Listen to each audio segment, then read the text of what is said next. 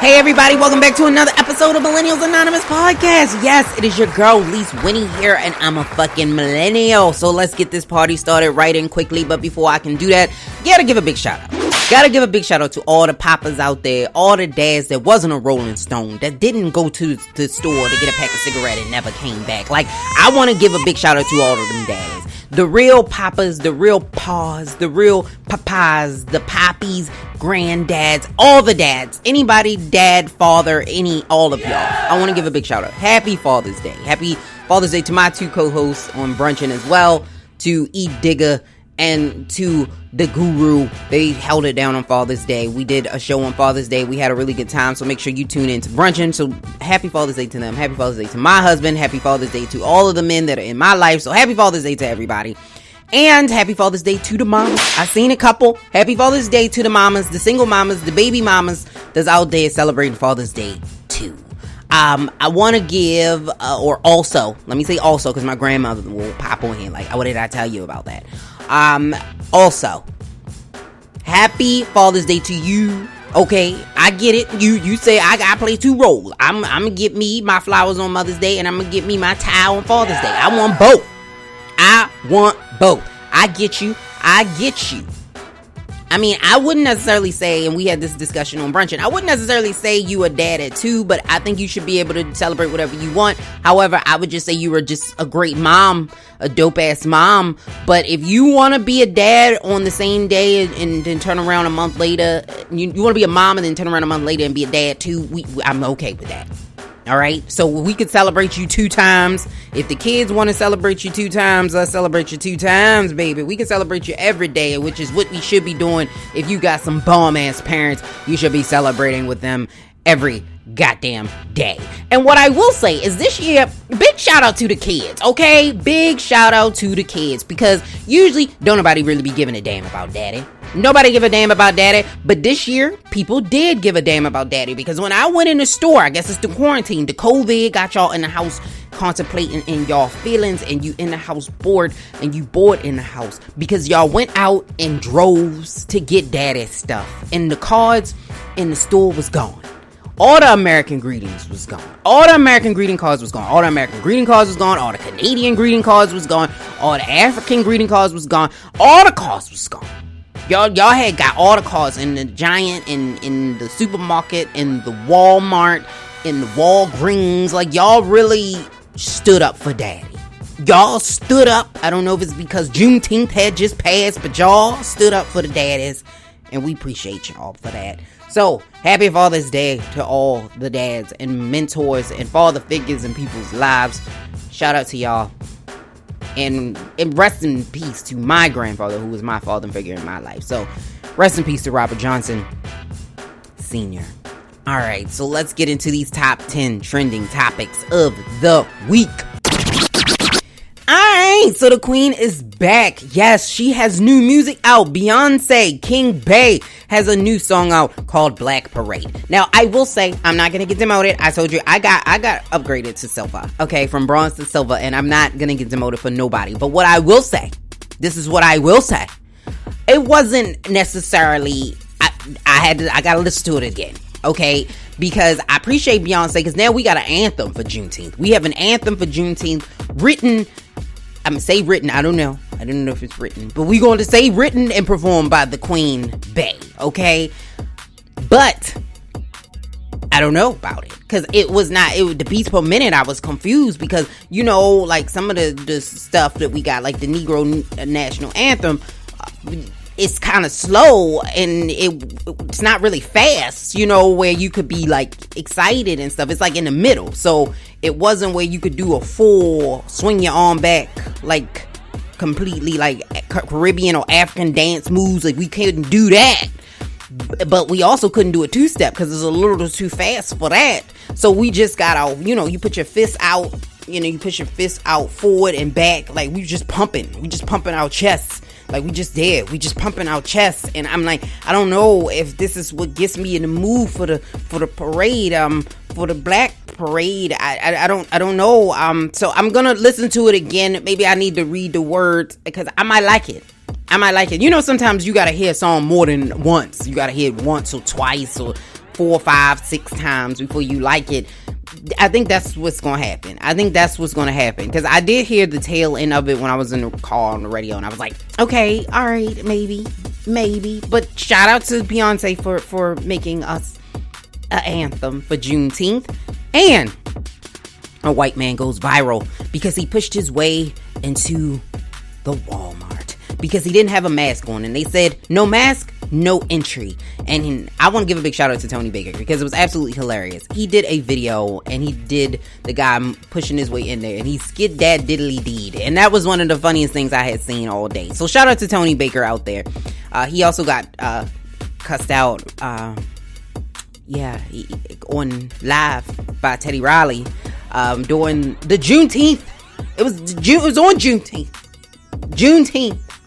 Yeah, Teddy Riley called him broke on the live for the Juneteenth, and I was like, okay, this is supposed to be for the black people, loving black people, and he just called you broke. I don't know what happened with that, and it all started because he said he didn't want the spirit of Teddy Riley to come and mess up the sound, because the sound quality on that verses was amazing. You know, it was absolutely amazing, and I loved the music from both of them. You can't go wrong. The music from Alicia Keys and John Legend, like you just can't go wrong with that.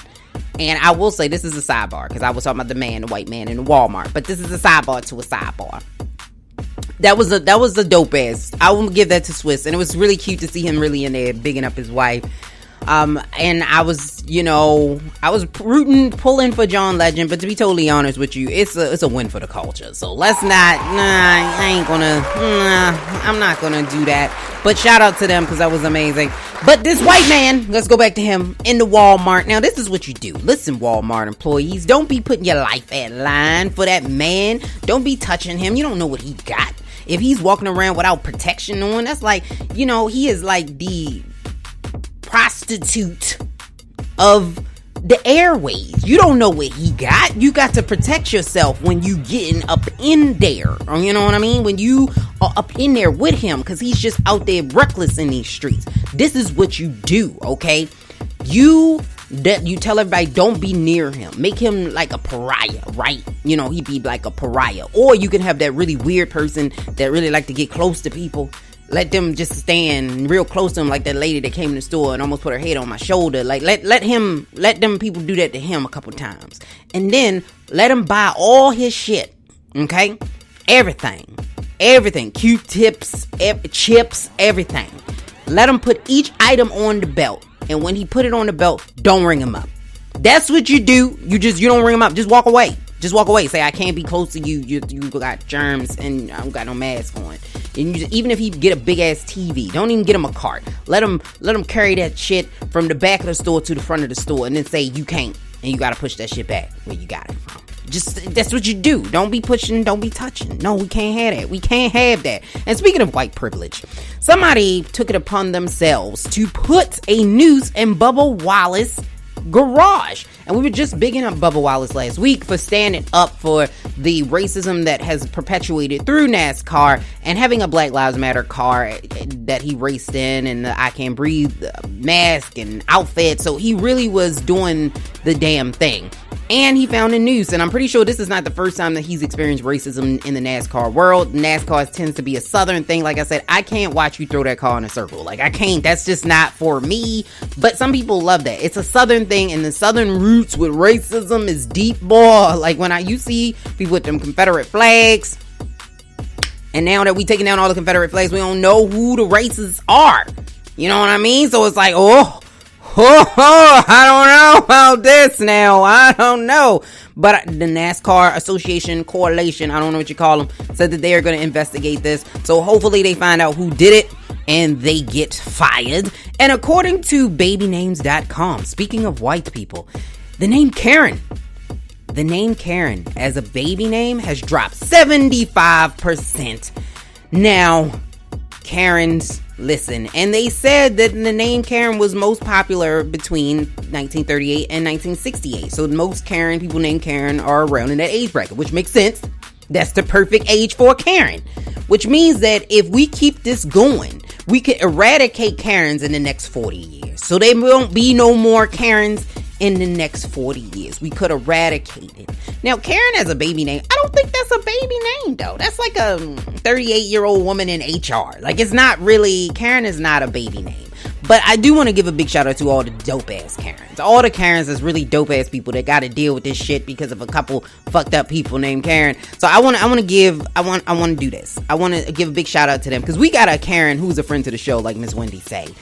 We got a Karen L. Shout out to her. Watch and listen to Say It Loud podcast on all major podcasting platforms because she's dope as well. So shout out to the good Karens. We still appreciate y'all.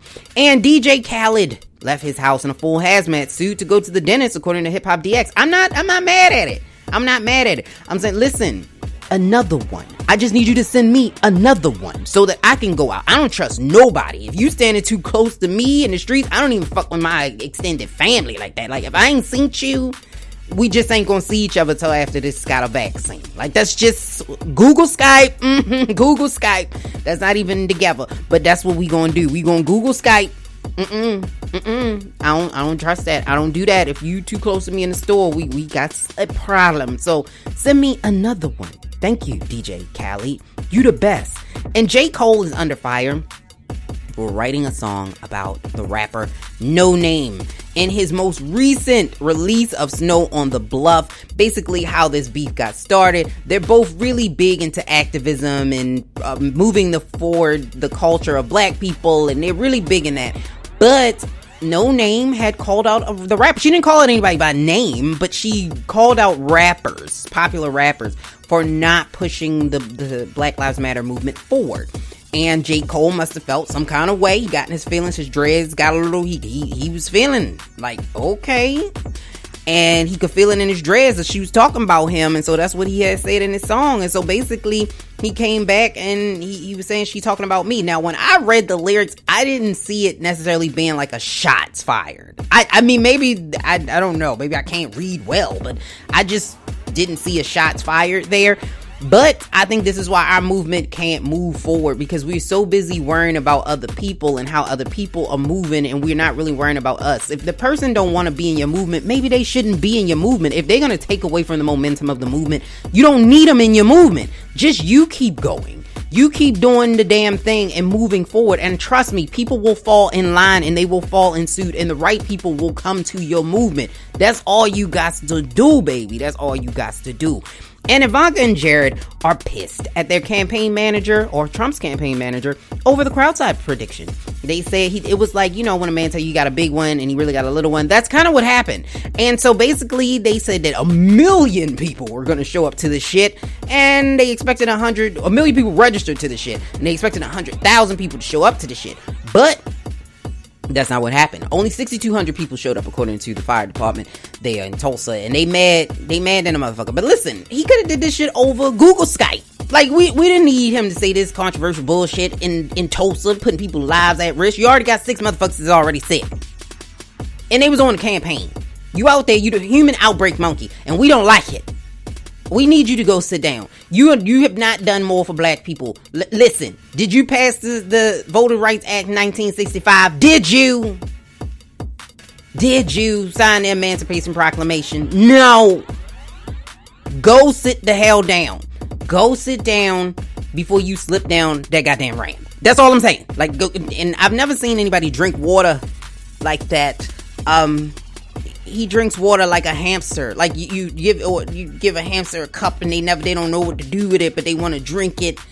He drink it like that, or like a little elf. Then the cup too big, and so they hold it so dainty, and that's how he drink water. Like, I don't want a president that drink water like that. Don't know. Like, he literally drinks water like he's never held a cup in his life, and he don't know what to do with the water. Like, no, we cannot pass go. We cannot collect $200. This is, it's over. It's done. We're done.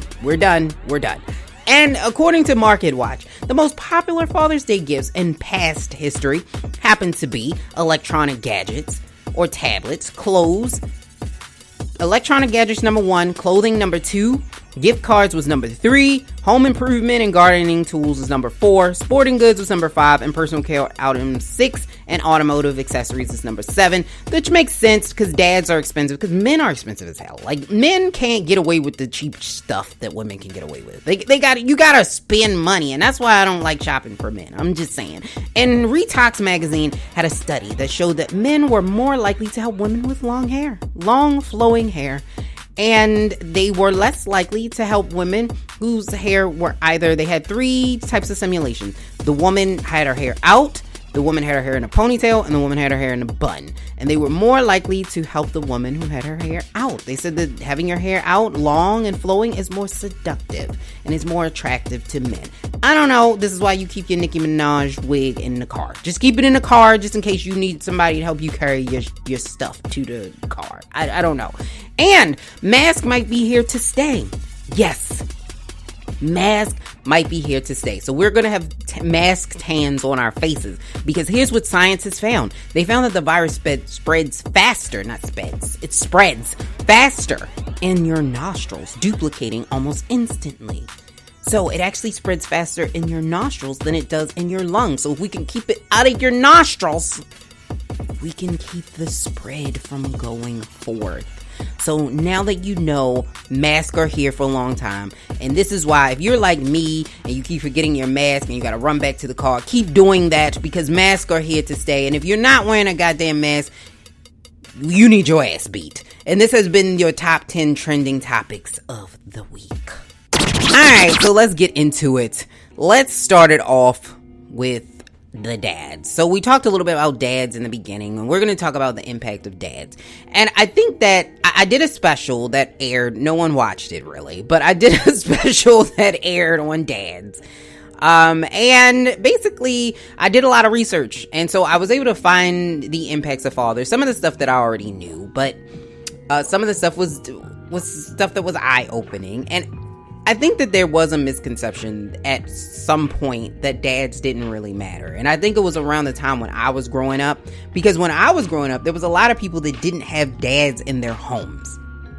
I know that when I asked the men, did they think the role of dad changed? And a lot of them said no. And I don't necessarily agree with that notion. Because like I said, when I said that dads were not in the home, I think the misnomer that you can leave your kid and your kid will turn out just fine because they have a mom or a strong female figure was kind of the norm. I think people figured that it was fine. You know, if I can't contribute to my kid's life in a way that can be impactful, then I'm not necessary. I'm not needed. I can move on. It's a little girl. I don't need to be in the lives of a little girl. And, you know, she has her mom. I can just leave. And I feel like that's kind of was the thought process back in the 80s and 90s with a lot of these dads. And that if you had a strong person that was going to raise the kid, that was enough. And so I think that theory that dads didn't matter has shifted. I think we've seen the statistics that showed it shifted. And I think because a lot of older set millennials grew up in households without dads, they didn't want to continue the cycle. They didn't want to have a household without a dad. And when I talked to a lot of millennial guys, that's what they said. Like, I didn't have my dad growing up. I didn't want my children to not have a father either. I didn't want the cycle to continue.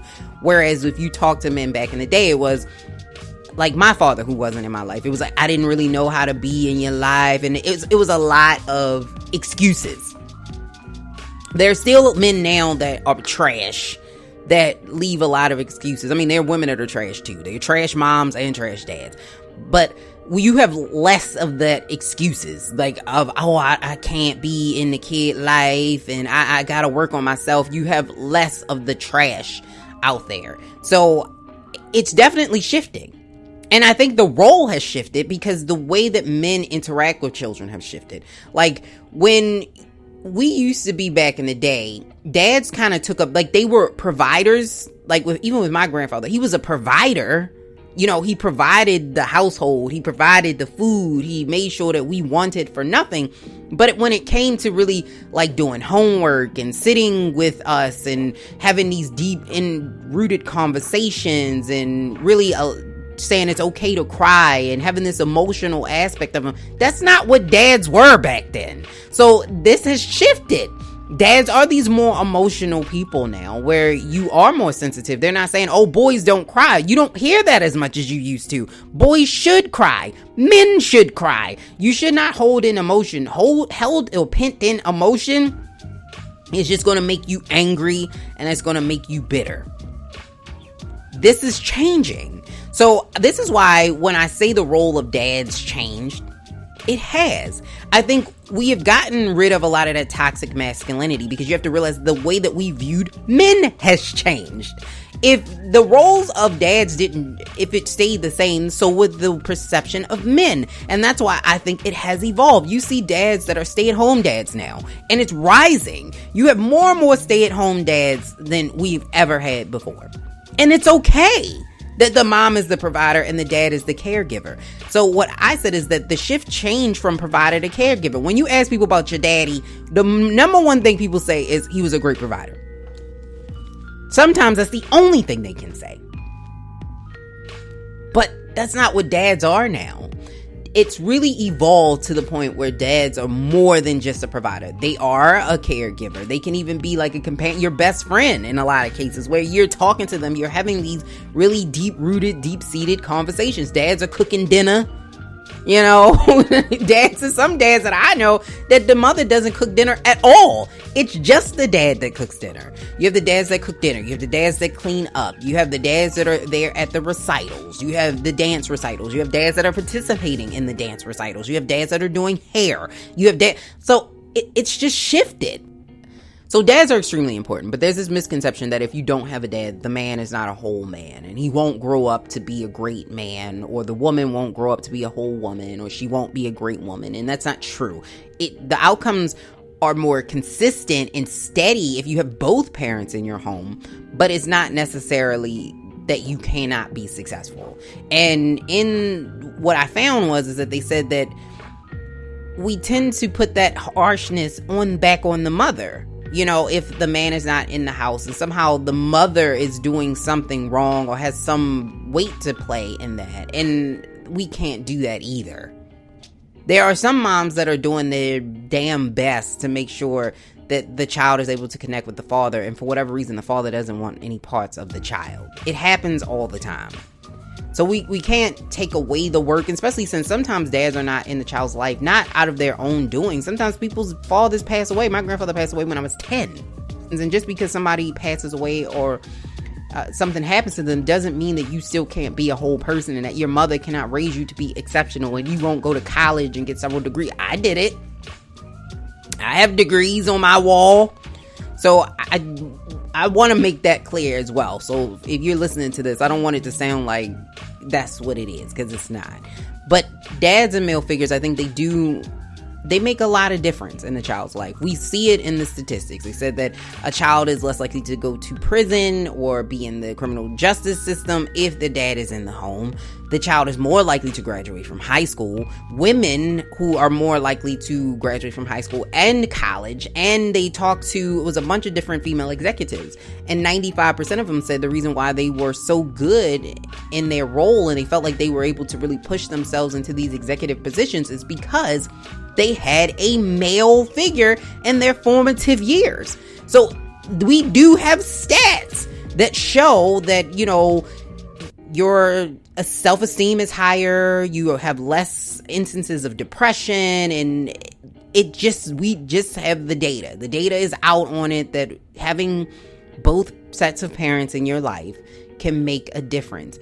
And if you don't have your parents in your life, you just need to make sure that whoever your guardian is, it's really how they treat the absence. So if they treat the absence as if it's something that will be a barrier for you, then it will be a barrier for you.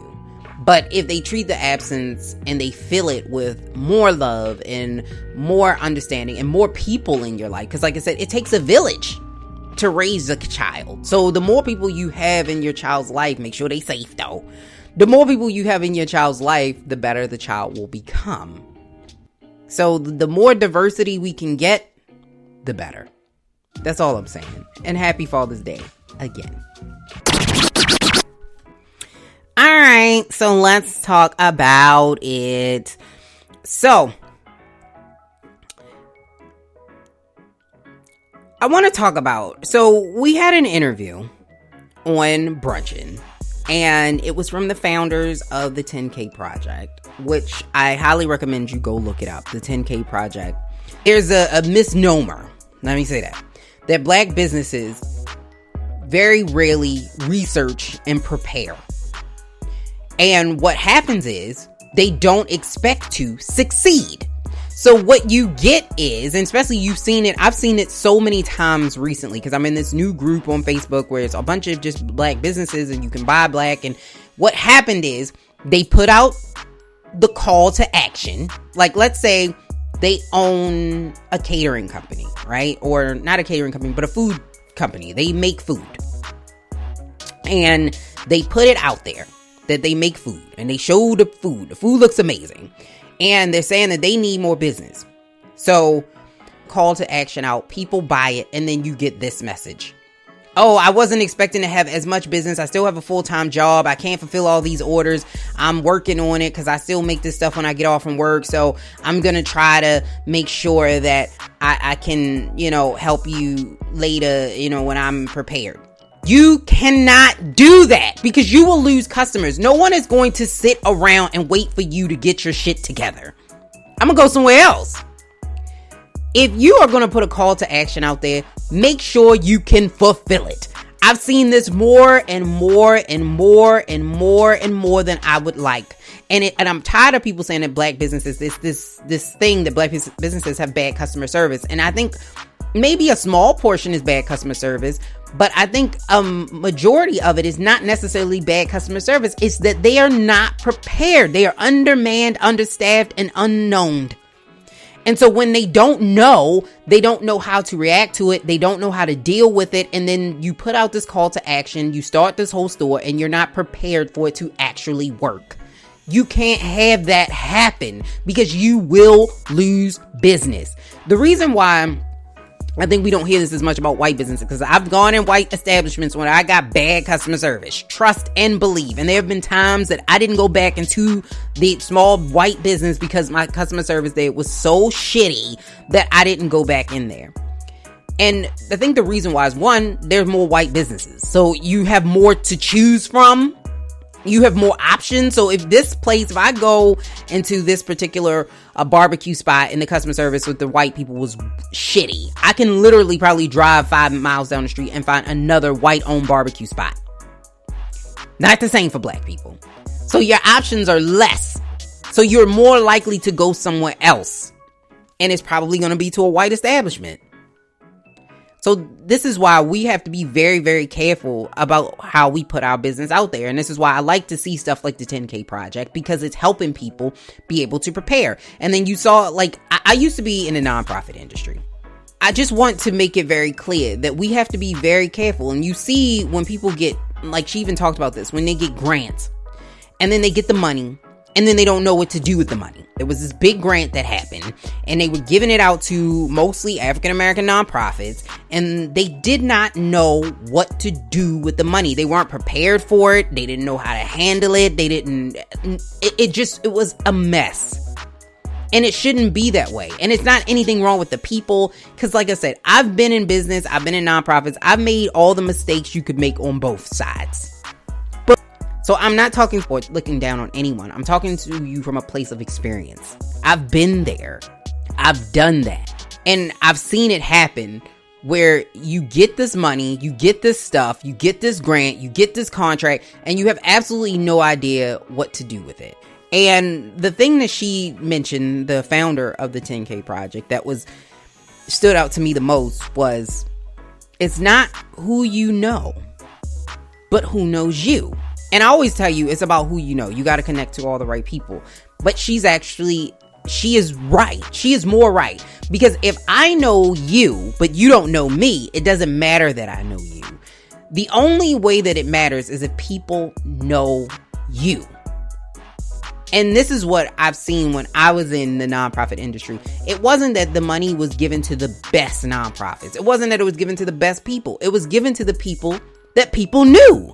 So when it came down time for them to give money out, because I've seen them give money to some of the flightiest people around, and they gave the money to them because people knew them. It's about who knows you. And so we need to make sure that in black business, we are elevating them to, one, get the education that they need. If you are a black business owner, make sure you get the education. And I'm not saying pay for it. There's education out there that is free. Like, everything you ever need to know about anything is out there in the world. It's free. All you have to do is find it. The reason why people charge you for this information is because sometimes they lived it, but most of the times they go find information, they do the hard work for you, and they package it in a pretty bow. That's what they're doing. You can do that too. You can go find the information. You can go find it. Go find the information, because to be totally honest with you, one of the ways forward for the black community, in my opinion, is through enterprise. It is through ownership. It is through creating wealth. It is through jobs. It is through creating businesses, shops, working with each other, collaborations. That is what is going to move it forward. As far as I can see, probably in my lifetime, we are not going to shift away from capitalism into socialism, which I've seen and heard people say. It's just not going to happen. You're never going to see, not even black billionaires and millionaires, give up their wealth to you. It ain't going to happen. The only way you can truly force it, the area of business, because you will shift it. So instead of the money all going to these monopolies, which a lot of the times the monopolies, because it's just they're so big, they get to eat up all the little guys. But if all the little guys came together, now you're going to make this big guy share. Because without doing that and creating these other places for people to go, without creating so if you live in a neighborhood and you got small businesses, they don't carry anything that you need or they don't have it, you're going to go to the Walmart. You just are. Walmart is cheaper. And if you don't have a lot of money, I'm not going to spend $20 on, a pack of plates over in this store when I can spend $2. Like, that just makes sense. But if we are able to find a way where we can partner together, we can get those costs down where we don't have to charge $20, and you can start to make these people who have all the money share. So the more competition they have, the more it's going to be spread out. So now you have people have more options. So if I have a shitty experience in Walmart, I don't got to go to Walmart. I can go to, the Williams store down the street. Like, I don't have to go there. I have options now. This is what we need to do. This is what I feel we need to do in order to move forward. Because once we have money behind our names, we now can move mountains. Because now they know, not only does the black dollar have over $1 trillion in power, that black dollar is circulating. It's moving. It's growing. So if the government doesn't want to move, they don't want to fix our schools, fuck it. We got money. We fix our own goddamn schools. This is the rotation that needs to happen. If we can do that, we can start to move forward. Now, I'm not saying we do still need to hold the government accountable. Government still needs to be held accountable. We need more black people in the government, and we need more diversity. But what I'm saying is if you don't like what's happening, you have to be able to have some levels of alternative for them to actually start saying, wait a minute. If you have that, they will start to listen. Trust me, they will listen. Because a lot of the times when you look at the other communities, that's how it happens. Yeah, their property taxes are higher, so they get more money to rotate through their schools to pay their teachers higher salaries, but you also see a level of parental engagement in those schools that you don't see in the black community. Them parents is out there fundraising, they are out there bake selling, they are doing all of that. And so that's what I'm saying. If we can get it to the point where more people are enterprised and more people understand the value of creating wealth and businesses, we can really truly make it an effort. We can make it grow. We just have to make sure that as black business owners, we are coming correct. And this is why programs like the 10K Project matter. Because if you're doing anything that you do can be made into a way for you to create income. It's great to have hobbies, but sometimes those hobbies can become money if you learn how to facilitate it correctly. And you just need to know the right people and talking to them so that they can in turn know you. So just don't have people in your timeline on LinkedIn. Talk to them. Make sure they know you. So when stuff does happen and things do come up, they can say, oh, well, I know a person that does X, Y, and Z. Oh, I know a person. So that you are able to be there, and then make sure you have a good backing behind you so that if the person gives you the opportunity, because just getting and that's another issue that with Black businesses, just getting the opportunity is not enough. Keeping the opportunity is what you want. So making sure that not only are you prepared for the success, you know how to keep the success. Acquiring business is not the same as maintaining business. And that is how you become wealthy. You maintain and you acquire new customers, but you maintain the customers that you have. That's all I'm saying. All right. So let's talk about it. So there was a shooting in North Carolina. 2 people were killed. 7 people were injured. I think 5 of which are critically injured. They said they expect more people to potentially come to the hospital. And it happened and somebody got hit by a car. It happened during a Juneteenth celebration at midnight in North Carolina. And they don't know who the shooters are just yet. But we got to do something about this. And I think in Chicago, they had like 60 shootings or something like that. And I think they had another shooting in New York or something. Like, there has to be some level of we can do 2 things at the same time. We can walk and chew gum at the same time, because there's this thing that's happening where we're hyper focused, which when you're hyper anything, it's gonna die out. So you don't want to be hypered anything. You just want to be focused.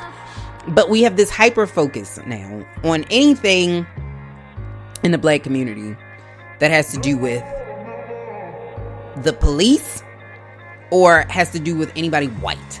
So if there's a murder or something that happens by a police officer or somebody white, there's this higher level of vigilance for it, right? And there should be. The police should not be killing people. We should be holding them accountable. We should have laws in place. We should have a national standard. People shouldn't be using chokeholds. These are just things that are happening that should not be happening. We know that there's racist white people out there. There have always been, if you live in the United States, you should know. There's always been racist white people. They're just here. They're here. America was built on racism. So there's nothing else I can say about that. But there's this thing where if you mention that we need to get our own house in order, somehow you are anti-Black. And I do want to make this very clear. It does upset me when I hear white people say that. It upsets me to a great extent when I hear white people say that. And I know you're probably saying, well, that's hypocritical. Yeah, it is. And one of the reasons why I think I get so upset when they say, well, why are they not out here protesting for, if another Black person kills another Black person? Why are they not out here protesting for Black on Black crime? And it upsets me. I don't like to hear it.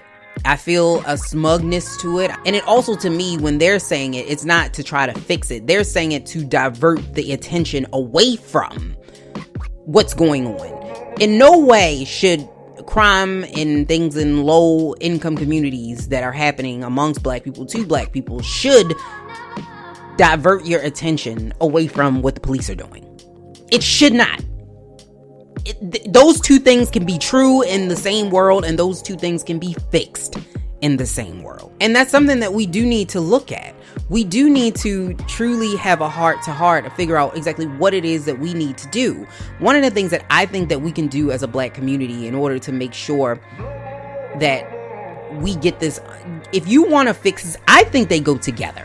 That if we can come together and we can help to fix our communities, some of those lower income communities, you can say we don't need as many cops in this area. Therefore, you don't have to necessarily militarize that particular community. And it also shows that you do not need to use brute force in order to get this crime under control. Because right now, that's the narrative, that you have to be very, very tough on people in order to get crime to stop. You need to fight crime with crime. It's basically what the police are doing. And that's not how this works. If we truly believe in what we are preaching, we should be able to at least show a prototype of how this works. So if we can get into one of these communities that has really high levels of crime, and we can do this without them passing anything. We can just do this as a black community. If we can get together, programs, grassroots programs and organizations, we can try to get them funded ourselves, because if we've seen some of those GoFundMes for the families of the people, the victims who've gotten killed by police brutality. If we can raise that kind of money for these organizations in these areas, we could get this off the ground. Right? So if we can donate the money and raise the money in order to get these programs working, we can try to make it work and show the prototype that it works. Look, it works. If you actually go out and talk to these people and you talk to these kids, it works. If you provide them with steady employment and you provide them with other opportunities and education, it works. So we just need to make sure that we are actually implementing it so we can show, okay, this area we use as a prototype. Look, it worked. And I say this way because unfortunately, there's no way to magically cure racism. Now, we do need better hiring practices, and that's why I said I believe in diversity in the force. I believe getting more black people in the force will help to fix that. But in order to at least help a lot of those areas that have those high crimes and are more likely to get killed by the police, we got to stop the police from being there unnecessarily. So there's different things that you can do in order to make sure that that is not the case, where you're using all this unnecessary force. If somebody's calling over like a neighborly dispute, you don't necessarily need cops to come with guns drawn. So making sure that that changes. But in also getting the crime down will also help us as a community and help other innocent black people not be killed by other innocent black people. And I get it. There's this unrealistic fact or statistic out there that white people don't kill white people. They do. And you're more likely to be killed by somebody you know. And if you're black, you're more likely to know black people. If you're white, you're more likely to know white people. But if we're talking about black lives in particular, and that we're really caring about our community, we can't sit here and turn a blind eye that, you know, I said this 3 times in the past 3 weeks, 260 some odd people got killed. Black people got killed unarmed black people got killed by the police, which is awful. You know, in 2019. But we had over 7,000 people that got killed. And so we have to be able to have a conversation, a true conversation about what we need to do in order to fix this. We've got to be able to have both of these conversations at the same time. Having these conversations shouldn't be uncomfortable. We shouldn't be running from these conversations, because if we're running from the conversations of how do we protect us from us, we're not having the conversation. We've got to be able to have both of these conversations, because again, it goes together to me, because one, if you can stop the interactions with police, you can stop the police from unnecessarily killing unarmed black people. And two, it shows that our lives actually do matter. It all is systemic, really, you know, from what happened with racism, in that we don't value us. Black life doesn't matter to us. Like, we say that, but we are desensitized as a nation about black people getting killed, because we have been seeing in history books and all the way from our great-great-great-grandparents and their great-great-great-grandparents watching black people being hung from trees, and, you know, black people being shot down and sprayed with hoses, and then the brutality, the brute force that they had against us, it still happens, but not as often. And then it just shifted from them to us. And then the anger and aggression that they showed us, we started to show us. And then they no longer needed to do the work, because we were doing it, and we still are doing it for them. This is why it makes me so upset when people don't want to have this conversation.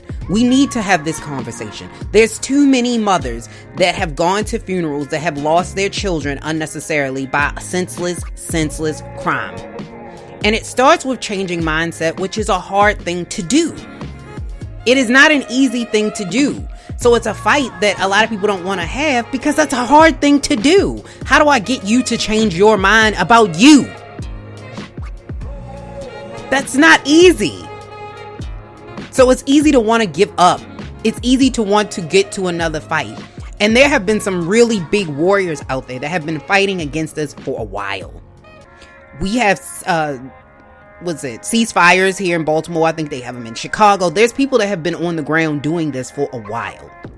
But unfortunately, they don't get the same levels of acclaim. No one is really lifting them up. No one is really supporting their movements because it is this notion that it doesn't matter. And this is why, like I said, when we have these conversations, it upsets me because if black people don't care, you know white people not gonna care. No one's coming to that rally. No one's coming to that protest. No one's coming to that ceasefire because in our minds, oh, it's just black people getting killed. It's no big deal. Oh, it's a big deal. When we talk about the 13%, we only 13% of the population. When we talk about police, you have to think about that too. When we are only the 13% of the population, and in murders last year, I think total in 2019, I want to say there was like 14,000 murders. Mind you, more white people killed white people. Statistic. Fact. But do you know more than half of those murders were black people? And of that, more, I think about 74 or 7,300 of them were killed by other black people. And the predominant number of those black people that were killed by other black men. We cannot continue to pretend and turn a blind eye like we should not be having both conversations together. Black people, you know, people kill people all the time. It happens. Unfortunately, it happens. But I think back in the day, like especially when the civil rights was going on, because we had such brutality that was happening amongst black people, there was a solidarity amongst black people that we didn't want to kill each other because they were hunting us. And like I said, the shift has changed that now we're hunting us. So we hunt us and you say the cops hunt us. Who is really protecting us? Because if we're only protecting us from cops, the conversation has to expand outside of that. And not only just protecting us from cops, we also need to stop systemic racism in the police force, but we also need to make sure that we have more wealth. That will also change stuff. We have more power. We have more talking points. We can say, oh no, we're not having that in our community. We need to make sure we're looking at the housing practices. That still exists. Systemic racism is there. The wealth gap is clearly directly descended from slavery. Like there's a bunch of different conversations we need to all be having at the same time. We're having the police defund, police reform debate. We need to be having these conversations together. And we need to do, like I said, that prototype of what works and what doesn't work, because the government is horrible at putting money places they don't know where to put it. And if they don't know where to put it, they're going to put it wherever they think it needs to go. And then if it's a program where you say, oh, that program is shit, it's going to go there because they don't know. And to be frank, some of them don't care. It's just, I can say I did. And we also need to make sure that we know who's with us truly, and we know who's just kind of spinning the circle. And here's what I mean. We got a lot of people who, and I'm not even talking about white people and black people who are just moving with the shuffles because right now this is hot. They can get some likes, they can get some retweets, they can get some, so they just jumping on the bandwagon, but they never really cared about black life, and they still don't. I've talked to somebody that had on a whole Black Lives Matter Juneteenth shirt. They, been talking on different places and platforms. And when I, having a conversation with them about what can we do to move the community forward, well, I'm tired of talking about it now. You're tired of talking about it now when this is, you didn't share posts and so you doing this for likes? We don't need you in the movement. Get the fuck out. If it's only going to be where you can talk about it for a week, or you can only talk about it on a platform where you getting this extra shine and people are bigging you up, but you don't want to talk about it just to actually have a true conversation about what we need to do, get the fuck out of the movement. We don't need showmanship. We need true solidarity. We need to be able to work together. We need to be able to move forward. And moving forward is going to take strategy, it's going to take planning, and it's going to take time. I get it. We are millennials. We are the hot pocket generation. We believe things happen overnight, and they don't. The civil rights movement to get the voting rights pact of 65, you know, that took him like 14 years. Like this is not over. We're not even close. And we already have people, I'm fatigued. I'm tired of talking about it, or they want to talk about it, but they only want to talk about certain aspects of how to improve the black experience in the United States. We need to talk about all of it. Since the movement is happening, let's talk about all of it. But really talk to the people that really have the passion, the compassion, the understanding, the know-how, that really want to move it forward. Those are the people we need in the movement. Just because somebody shows a shirt, or they put up a meme, or they put up a post, doesn't necessarily mean that they have your best interests at heart. Solidarity is amazing, but you really have to have it. Collective front shows nothing because there's no action behind it. And to be totally honest with you, that's not scary. That's not scary to the people that you need to be shooken. They don't care about that. They're not shook when they see memes or see posts. They get shook when they see movement, when they see action. That shakes them. When they still see you mobilized and moving, you still moving on the chessboard even after the protests have died down and the shirts have stopped, you're still moving pieces. That's scary. Like when you're still calling your senator and your congressman weeks and weeks and weeks and months after this. They're still being bombarded with calls. That's scary.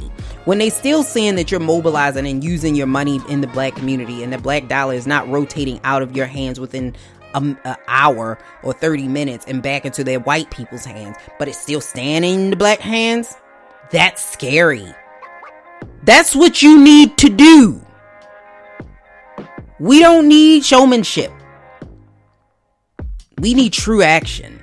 Alright, let's talk about it a little bit. So there was a study that said, do men really prefer big asses? And here's some interesting information. So it was some research that was done out of the University of Texas at Austin. And they found that men are really, what they're really drawn to isn't the size of the rear end, but the curve, or more specifically, a spinal curvature that offers the illusion of a shapely booty.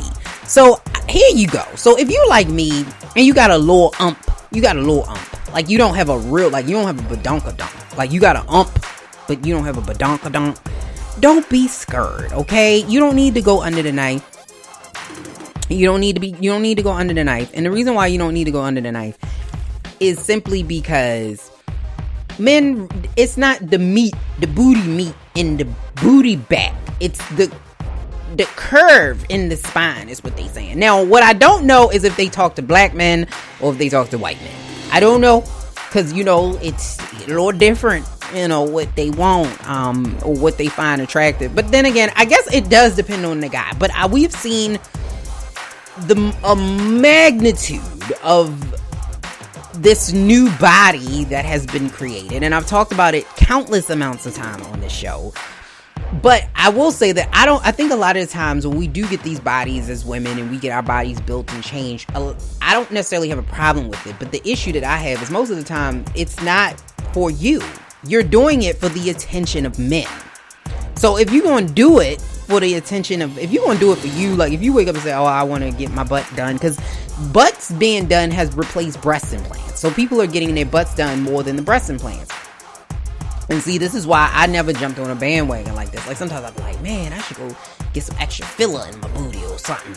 But the reason why I never did it is because it's a trend. Like everything that we see in body image tends to be trendy. So like starting in like 2018, the thickness, 2017, 2018, the thickness was in. Thick bodies was in. Like everybody want to be thick. thicker than a Snicker. But now in 2020, we moving away from the thickness. Now people are starting to want to get more into the fit side. We're starting to see people that want to be more fit than thick. Everything is a trend. And so this is why, because at one point the big boobs in the 90s was the thing. Everybody had big boobs and a flat booty. Like that's what we got. And then now it's the booties. Everybody got a big booty and the flat. Well, I guess not really flat chested. I wouldn't say that, but the big booties, it's more emphasis on the booties. Now, I wish y'all, if y'all was gonna get these booties, I wish y'all would focus on the hips and the thighs. Like if you going in the calves. Like, if you gonna get the fillers, just tell them fill your whole leg up, like fluid. Like, put some fluid in there, just squeeze some jello, so at least it be even. Because some of us is walking around looking real disfigured. And this is why I'm saying, if you're not doing this for you and you're doing it for the attention and the allure, stop. Because clearly in this study, men, that's not what they want. They don't want that. Just if you go to the, I don't know if you can get a curvature. Can you buy a curvature? I don't know if you could buy a curvature, but I will say that if you can buy a curvature, just buy yourself a curvature, okay, of the spine. Just tell somebody to beat your back in and maybe it'll curve in, I don't know. Or maybe you can, because the squat, and then that's another thing. Here, this is a sidebar to a sidebar. I need all my girls and women out there that are selling these fucking squat shits to stop. Because just because you do squats, it don't mean that your booty is going to turn out looking like a Cardi B or Nicki Minaj. That's not how that works. Like, do you know how much muscle you would have to put on in order for you to go from a flat ass to a big ass? That's a lot of muscle. And muscle is dense. Okay, fat is fluffy, it's big, fill it up. But muscle is dense. So do you know how much muscle you need to fill the booty to be that big? That's a lot of muscle. You would have to be a fucking bodybuilder in order to fill your ass like that. And then even if you did that, it's no guarantee that your booty will stick out. It might just be real tough. Like real tough steak. Like you had, that back part of the steak that's real, that's just grinding. And it's just, that's what it be. And apparently that's not what men want either. So if you don't want a tough booty, like a booty tough, like Teflon, you don't want to be the Teflon Dawn booty, then you might not want to go that route with the bodybuilder, because it's going to be muscle. Like you would have the buns of steel, for real. You would really have the buns of steel if that's what you out there doing. So don't be selling us these fake videos, because it ain't going to look like that. And especially if you selling me a fake video about getting a booty when you had your butt done but you didn't tell me that is the equivalent of somebody putting on a wig and selling me hair products for their hair, which I've seen it. I've seen some celebrities and people out here selling growth products for hair weave. I'm like, don't do that. Don't tell me this gonna make my hair grow knowing you got a whole bundle. And I like bundles. I like to change my hair color. I like to go short, long, red, blue, green, orange. And you can't dye your hair like that. Trust me, your hair will fall out. Because when I was a kid, again, another sidebar, I put so many chemicals in my fucking hair. Trust me, that's not what you want to do. Don't do that. But I don't have a problem with that. Just don't sell it to me with the illusion that that's what this is. So if you have amazing looking hair and it's a wig or a weave, don't sell me a product that you say fixes your hair. Sell me the wig or the weave, or don't tell me at all, because it's really none of my fucking business if it's not your hair. Which, again, I don't understand that shit. Like, why the fuck do you need to know if it's somebody's real ass or not? Like you go to somebody like, is that your real ass? Like, it's none of your, unless we having sexual intercourse, it's none of your business. Or is that your real breast? Not really your business. That's your real hair? Still not your business. Do I ask you what kind of drawers you got on? Like, I just want to know.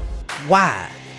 Because it seemed firm. It seemed like the drawers hold it up. It seemed firm. Like, stop! Like, I never understood it. Like, sometimes I feel like it's a little bit of just a tinge of jealousy, depending on who's asking you. because I'm like, is it that you got to know that mine is not better than yours? I'm like, does it really matter? Because if it look good, if I see somebody that got a nice butt, a nice body, or nice hair, I'm just going to come up to you and say, you look good. And that's it. I'm not going to ask you, is that your real ass? Is that your breasts? Did you get any work done? Like, I'm not asking that. I'm just going to say, you look amazing. I wish I had a body like yours. You look amazing. And if I say I wish I had a body like yours and you decide to say, yeah, girl, you can, you can go get some over at so-and-so. And then I might say, okay, girl, give me that information. But other than that, I'm not going no further past that. And it ain't none of your goddamn business. That's all I'm saying. Stop doing that to people and women. Don't get your ass done just for a man. Do it for you. If you're going to get your ass done and you want to get it done, do it for you. Because that's not even what men want. That's what we found here. That's all I'm saying. All right, everybody, this has been another episode of Millennialz Anonymous Podcast. Thank you so much for tuning in. Thank you so much for listening. And I did say we might have a guest, but it got rescheduled due to some stuff that happened. So perhaps the following week, we'll have a guest on. But thanks so much for listening, and happy Father's Day again to everybody. Happy Juneteenth to everybody who celebrated on Friday. Have an amazing week. We'll be back. We won't have one next week. The following week. We'll be back the following week. Bye.